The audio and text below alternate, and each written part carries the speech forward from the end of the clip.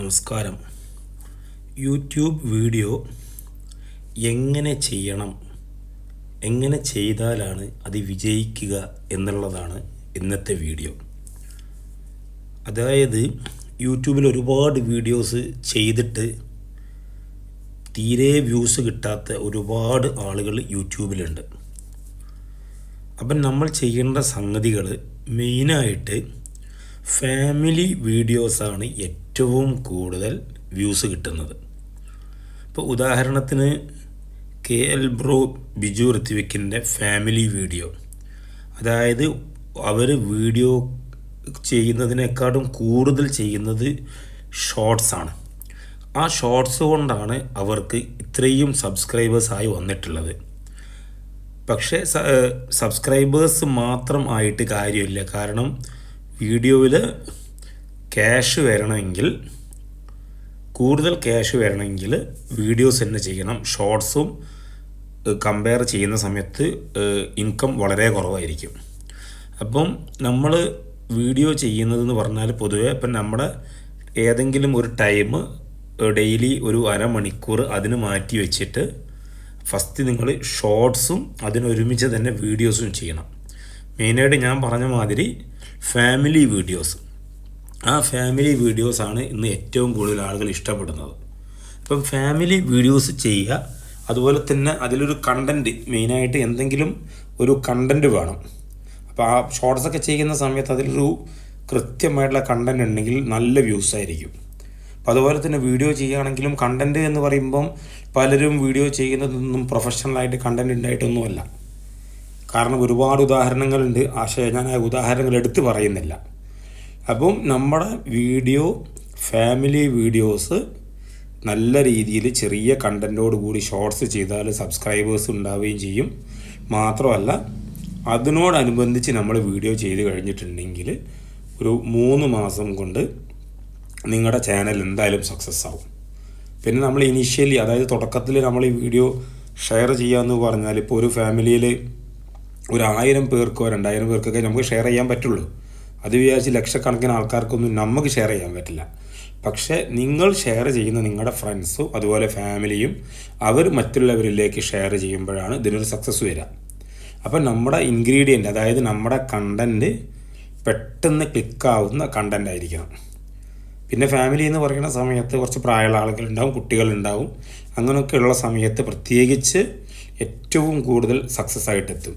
അപ്പോൾ അതുപോലെ ഞാൻ നേരത്തെ പറഞ്ഞതുപോലെ KL ബ്രോ ബിജുവിൻ്റെ വീഡിയോ സക്സസ് ആയതുപോലെ, അതുപോലെ തന്നെ കണ്ണൂരിലുള്ള ഒരു സംഗീത് കുമാർ എന്ന് പറഞ്ഞിട്ടുള്ള ഒരു ചാനലുണ്ട്. നല്ല സക്സസ് ആയിട്ടുള്ള ഒരു ചാനൽ തന്നെയാണ്. അപ്പോൾ അതും ഇവർ ഷോർട്സാണ് മെയിനായിട്ട് കോൺസെൻട്രേറ്റ് ചെയ്യുന്നത്. അപ്പോൾ ഷോർട്സിൽ കൂടെയാണ് അവർ സബ്സ്ക്രൈബേഴ്സ് ഉണ്ടാക്കിയതും ആ വീഡിയോ സക്സസ് ആയിട്ട് എത്തിയതും. ഈ M4 ടെക് എന്ന് പറയുന്ന ആൾ ഇതേമാതിരി വീഡിയോസ് ചെയ്തിട്ടാണ് സക്സസ് ആയത്. കാരണം അതെല്ലാം ഓരോന്നൊരു കണ്ടൻറ്റാണ്. കാരണം ഹാർഡ് വർക്ക് ചെയ്തിട്ടുള്ള കണ്ടൻറ്റാണ് M4 ടെക്കിൻ്റെത്. മാത്രമല്ല M4 ടെക്കിൻ്റെ ഓരോ വീഡിയോസും മില്യൺ വ്യൂസാണ്. അപ്പോൾ അതിൽ വീഡിയോസ് നല്ലോണം കാണാൻ ആൾക്കാർ ഇഷ്ടപ്പെടുന്ന പല കഥകളും, അതായത് കണ്ടൻറ്റുകളായിട്ടാണ് M4 ടെക് ലീഡ് ചെയ്യുന്നത്.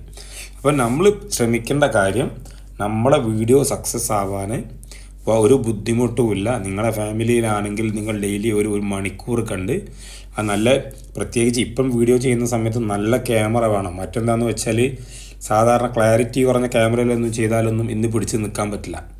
കാരണം അത്രയും ക്ലാരിറ്റിയുള്ള ഡിജിറ്റലായിട്ടുള്ള അത്രയും ക്ലിയർ പിക്ചേഴ്സാണ് ഇന്ന് വീഡിയോ വരുന്നത്. അപ്പം ക്യാമറ മെയിനായിട്ട് നന്നാവണം, ക്യാമറയും ഓഡിയോ നല്ലോണം നന്നാവണം. അപ്പോഴേ നമ്മുടെ കുറച്ചും കൂടെ അതിനുള്ള ക്വാളിറ്റി ഉണ്ടാവുള്ളൂ. അപ്പോൾ ക്വാളിറ്റി ബേസ് ചെയ്തിട്ടാണ്. കാരണം ക്വാളിറ്റി ഇല്ലെങ്കിൽ നമുക്ക് ഒരു വിധത്തിലും നമ്മുടെ വീഡിയോസിന് പിടിച്ച് നിൽക്കാൻ ഭയങ്കര ബുദ്ധിമുട്ടാണ് ഇന്നത്തെ കാലത്ത്. ഈ പലരും ചാനൽ തുടങ്ങിയത് ഒരു 4-5 വർഷം മുമ്പാണ്. അതായത് കോവിഡിനാണ് ഈ ചാനലെല്ലാം അടിച്ചു കയറിയത്. കാരണം എല്ലാവരും വീട്ടിലിരിക്കുന്ന സമയത്ത് ഏറ്റവും കൂടുതൽ വ്യൂസ് കിട്ടിയ സമയവും യൂട്യൂബിന് അപ്പോഴാണ്. അപ്പോൾ അതുകൊണ്ട് ഇവിടെ ഇനി അങ്ങോട്ട് അതേമാതിരി ഒരു പ്രോമിനൻസ് നമ്മൾ പ്രതീക്ഷിക്കാൻ പറ്റില്ല. കാരണം കോമ്പറ്റീഷനായി അത്രയും ആളുകൾ യൂട്യൂബ് ചെയ്യുന്നുണ്ട്. ഒരുപാട് ആളുകൾ യൂട്യൂബ് ചെയ്തിട്ട് ഞാൻ നേരത്തെ പറഞ്ഞതുപോലെ ഒരു വരുമാനവും കിട്ടാതെ മടുത്തു പോയ കുറേ ആളുകളുണ്ട്. അത് നമ്മളാരും ശ്രദ്ധിക്കാത്തത് കൊണ്ടാണ്.